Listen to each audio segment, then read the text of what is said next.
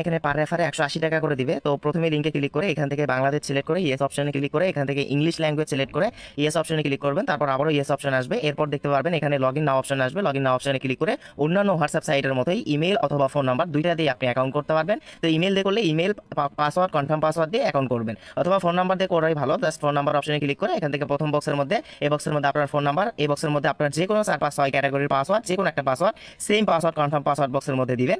দিয়ে এই যে ক্রিয়েট অ্যাকাউন্ট অপশনে ক্লিক করবেন। অ্যাকাউন্ট করা হয়ে গেলে ইয়েস অপশনে ক্লিক করবেন। আবারও বাংলাদেশ সিলেক্ট করা লাগলে কান্ট্রি বাংলাদেশ সিলেক্ট করবেন। এখান থেকে দেখেন 183 টাকা করে পার রেফারে পাবেন। প্রথমত এখান থেকে হোয়াটসঅ্যাপ কানেক্ট দিতে হবে, আপনার মেন অ্যাকাউন্টে হোয়াটসঅ্যাপ কানেক্ট দিতে হবে। এই যে দ্বিতীয় নম্বর অপশনে ক্লিক করবেন। এরপর এখান থেকে যে ফোন লগ ইন অপশন আসবে এখানে ক্লিক করে এই যে এখান থেকে আপনার হোয়াটসঅ্যাপ নাম্বারটা উঠাইয়ে দিবেন।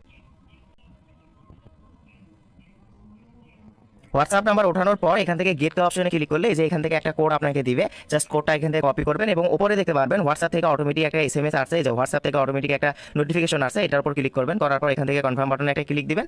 দেওয়ার পর এখান থেকে আপনি কি করবেন, ওই যে কোডটা কপি করলেন সেই কোডটা জাস্ট এখান থেকে দিলেই কিন্তু আপনার হোয়াটসঅ্যাপটা এখান থেকে কানেক্ট হয়ে যাবে। পার্সোনাল হোয়াটসঅ্যাপ কানেক্ট দিবেন। এরপর আপনি রেফার করবেন। এই যে ইনভাইট ফ্রেন্ড অপশনে ক্লিক করে আপনার রেফার লিঙ্ক বের করে রেফার করবেন। আর এখান থেকে প্রোফাইল অপশনে যদি আমরা ক্লিক করি এই যে উইথড্র নাও অপশনে ক্লিক করলে এখান থেকে কিন্তু এই যে উইথড্র অপশন ওই আগের সাইটগুলোর মতোই জাস্ট অ্যাড ব্যাংক কার্ড অপশনে ক্লিক করে এখান থেকে সিলেক্ট ওয়ালেটে ক্লিক করে বিকাশ বা নগদ সিলেক্ট করবেন। হোল্ডারের যে কোনো একটা নাম দেবেন, আপনার বিকাশ নাম্বার বা নগদ নাম্বার দিবেন, একটা মেইল দিবেন। ওইখানে যে নাম্বার দেবেন এখানে সেই ফোন নাম্বার দিয়ে সেভ অপশনে ক্লিক করে এখান থেকে আপনি যে অ্যামাউন্টটা উইথড্র করবেন সিলেক্ট করে উইথড্র করে নেবেন।